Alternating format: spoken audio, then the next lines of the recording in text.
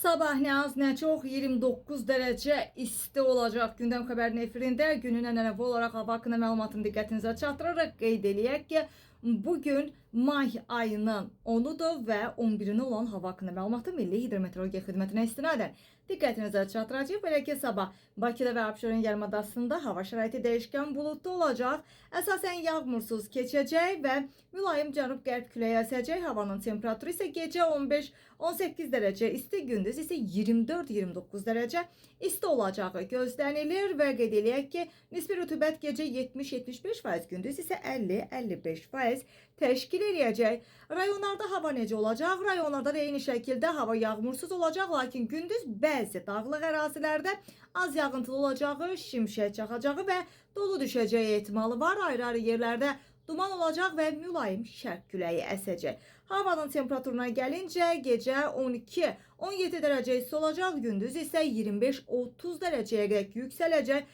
Dağlarda isə gecə 5-10 dərəcə isti, gündüz isə 15-20 dərəcə olacaq. Bəzi yerlərdə isə hətta 25 dərəcəyə dək yüksələcəyi ehtimalı var.